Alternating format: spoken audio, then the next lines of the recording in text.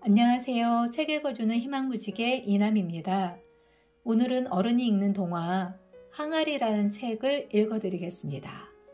이 책은 여러분이 사랑하시는 정호승 시인의 글입니다. 정호승 시인은 새벽 편지, 외로우니까 사람이다, 내가 사랑하는 사람, 흔들리지 않는 갈대, 내 인생에 힘이 되어준 한마디, 내 인생에 용기가 되어준 한마디 등 무수히 많은 책들과 따뜻한 시를 써준 분입니다. 그분의 책 중에서 오늘은 항아리라는 글을 소개해 드리려고 합니다. 먼저 작가의 말을 부분을 좀 읽어드리도록 하겠습니다. 이 동화는 나 자신의 존재의 의미와 가치가 무엇이며 그것을 어떻게 무엇으로 알 수 있는가 하는 문제를 깊이 생각하기 위하여 쓰여졌습니다. 저는 이 동화를 쓰는 동안 결국 서로를 이해하면서 사랑하는 가운데에 나 자신의 존재적 가치와 의미가 있다는 것을 알 수 있었습니다. 내가 누구이며 어떻게 사랑해야 하는가, 나의 상처를 어떻게 해야 하는가 하는 문제 또한 아울러 알 수 있었습니다. 저는 여러분들과 이 동화를 통하여 서로 위로의 관계가 되고 싶습니다. 당신이 없으면 내가 없습니다. 항아리. 나는 독 찢는 젊은이한테서 태어났습니다. 젊은이는 20살 때 집을 떠나 멀리 도시로 나갔다가 아버지가 세상을 떠나자 가업을 잇기 위해 다시 고향으로 돌아와 독을 짓기 시작한 젊은이였습니다. 나는 그 젊은이가 맨 처음 지은 항아리로 태어났습니다. 그런 탓인지 나는 그리 썩 잘 만들어진 항아리가 아니었습니다. 어릴 때부터 할아버지와 아버지의 어깨 너머로 독 짓는 법을 쭉 배워왔다고는 하나 처음이라서 그런지 젊은이의 솜씨는 무척 서툴렀습니다. 곱게 지륵을 빚는 것도, 가마에 불을 떼는 것도, 디딜 풀무지를 하는 것도, 잿물을 바르는 것도 모두 서투르기 짝이 없었습니다. 젊은이는 내가 세상에 태어나자 아주 못마땅한 얼굴로 나를 쳐다보았습니다. 마치 내가 무슨 큰 잘못이라도 저지른 듯 나를 쳐다보는 눈길이 아주 기분 나빴습니다. 그러나 나는 뜨거운 가마 밖으로 빠져나온 것만 해도 기뻤습니다. 처음에 가마솥에 들어갔을 때 불타 죽는 줄만 알았지 내가 다른 무엇으로 다시 태어난다고는 생각하지 못했습니다. 그런 내가 아래 위가 좁고 허리가 두둑한 항아리로 태어났으니 그 얼마나 스스로 대견스럽고 기쁘던지요. 그러나 그것은 나만의 기쁨일 뿐 젊은이는 나를 달가워하지 않았습니다. 나는 그대로 뒷간 마당가에 방치되었습니다. 나의 존재는 곧 잊혀졌습니다. 버려지고 잊혀진 자의 가슴은 무척 아팠습니다. 항아리가 된 내가 그 무엇을 위해 소중하게 쓰여지는 존재가 될 줄 알았으나 나는 버려진 항아리 이외에 아무것도 아니었습니다. 소나기가 지나가면 빗물이 고였습니다. 빗물에 구름이 잠깐 머물다가 지나갔습니다. 가끔 가랑잎이 날아와 맴들 때도 있었습니다. 밤에는 이따금 별빛들이 찾아와 쓰다듬어 주었습니다. 만일 그들마저 찾아와 주지 않았다면 나는 아마 그대로 죽고 말았을 것입니다. 그러나 그들만을 위해 존재하고 있기에는 나 자신이 너무나 초라하고 안타까웠습니다. 나는 그 누군가를 위해 사용되는 가장 소중한 그 무엇이 되고 싶었습니다. 그래야만 뜨거운 가마의 불구덩이 속에서 끝끝내 살아남은 의미와 가치가 있을 것 같았습니다. 그러던 어느 가을이었습니다. 하루는 젊은이가 삽을 가지고 와 깊게 땅을 파고는 모가지만 남겨둔 채 나를 묻고 그대로 돌아가 버렸습니다.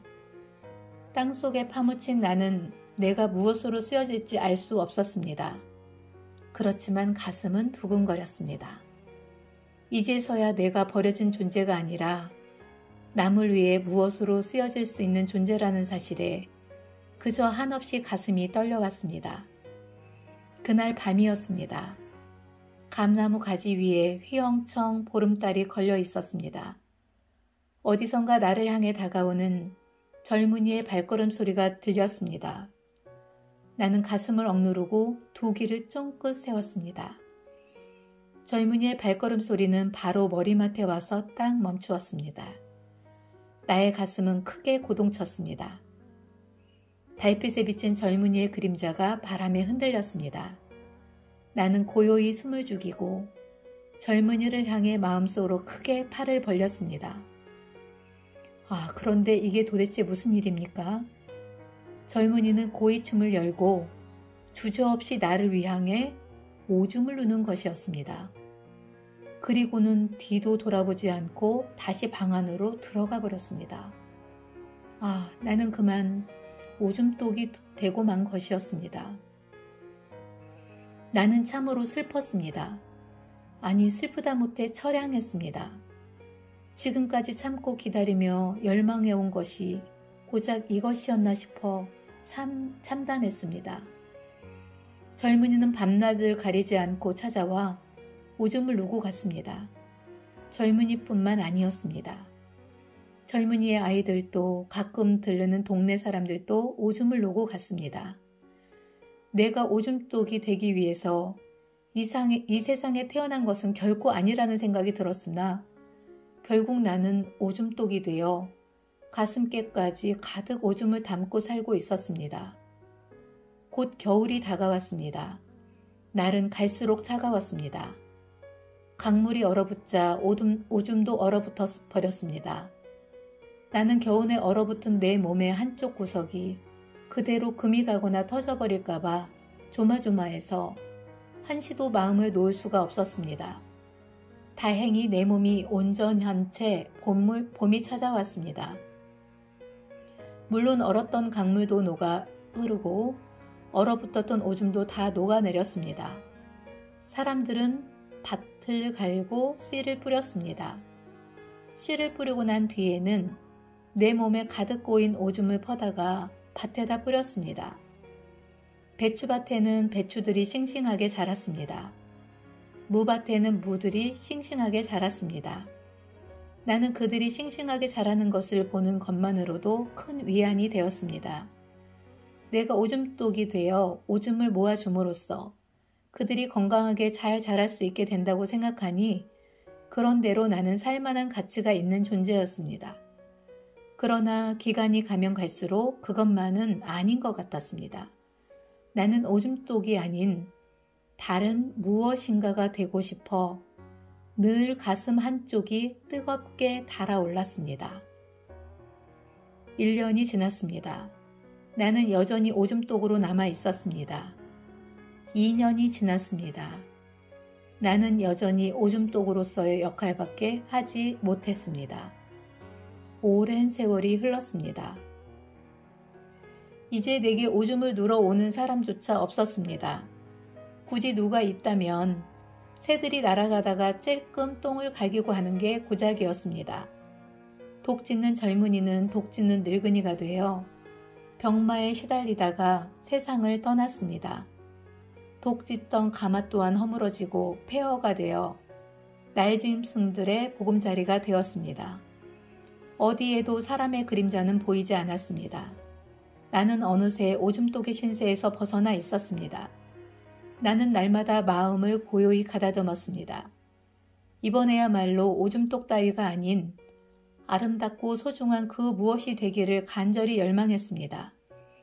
사람의 일생이 어떠한 꿈을 꾸었느냐 하는 그 꿈의 크기에 따라 달라진다면 나도 큰 꿈을 꿈으로써 내 삶을 크게 변화시키고 싶었습니다. 그러던 어느 해 봄이었습니다. 두런두런 사람들의 목소리와 발소리가 들리더니 폐허가 된 가마터에 사람들이 집을 짓기 시작했습니다. 집은 제법 규모가 큰 절이었습니다. 사람들은 몇 해에 걸쳐 일주문과 대웅전과 비로전은 물론 종각까지 다 지었습니다. 종각이 완공되자 사람들은 에밀레종과 비슷하나 크기는 보다 작은 종을 달았습니다. 종소리는 날마다 달과 별이 마지막까지 빛을 뿜는 새벽 하늘로 높이 울려 퍼졌습니다. 새벽이 올 때까지 잠들지 못하고 그대로 땅속에 파묻혀 있는 내게 종소리는 새소리처럼 아름다웠습니다. 그런데 참으로 이상한 일이었습니다. 사람들은 종소리가 아름답지 않다고 야단들이었습니다.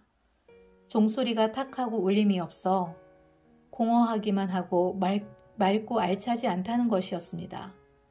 절의 주지 스님은 어떻게 하면 맑고 아름다운 소리를 내는 종을 만들 수 있을까 하고 고민에 고민을 거듭하였습니다. 그러던 어느 날 아침이었습니다. 내 머리맡에 흰 고무신을 신은 주지 스님의 발이 와서 가만히 머물렀습니다. 주지 스님은 선체로 한참 동안 나를 내려다 보시더니 혼잣말로 중얼거렸습니다. 이건 아버님이 만드신 항아리야. 이 항아리가 아직 남아있다니. 이 항아리를 묻으면 좋겠군. 스님은 무슨 큰 보물을 발견이라도 한 듯 만면에 미소를 띄었습니다. 나는 두려움에 떨며 곧 종각의 종 밑에 다시 묻히게 되었습니다. 도대체 내가 무엇이 되기 위하여 종 밑에 묻히는지는 알 수 없었습니다. 그러나 그것은 그리 두려워할 일이 아니었습니다. 나를 종 밑에 묻고 종을 치자 너무나 놀라운 일이 일어났습니다. 종소리가 내 몸 안에 가득 들어왔다가 조금씩 숨을 토하듯 내 몸을 한 바퀴 휘돌아 나감으로써 참으로 맑고 고운 소리를 내었습니다. 처음에는 주먹만한 우박이 세상의 모든 바위 위에 떨어지는 소리 같기도 하다가 나중에는 갈대숲을 지나가는 바람이나 실비 소리 같기도 하고 그 소리는 이어지는가 싶으면 끝나고 끝나는가 싶으면 다시 계속 이어졌습니다. 나는 내가 종소리가 된 게 아닌가 하는 착각에 몸을 떨었습니다. 그러면서 그때서야 깨달을 수 있었습니다. 내가 그토록 오랜 세월 동안 참고 기다려온 것이 무엇이며 내가 이 세상을 위해 소중한 그 무엇이 되었다는 것을. 누구의 삶이든 참고 기다리고 노력하면 그 삶의 꿈이 이루어진다는 것을. 고요히 산사의 종소리가 울릴 때마다 요즘 나의 영혼은 기쁨으로 가득 찹니다. 범종의 음관 역할을 함으로써 보다 아름다운 종소리를 낸다는 것. 그것이 바로 내가 바라던 내 존재의 의미이자 가치였습니다. 이상 정호송 시인의 항아리를 읽어드렸습니다. 오늘도 소중한 시간 되세요. 감사합니다.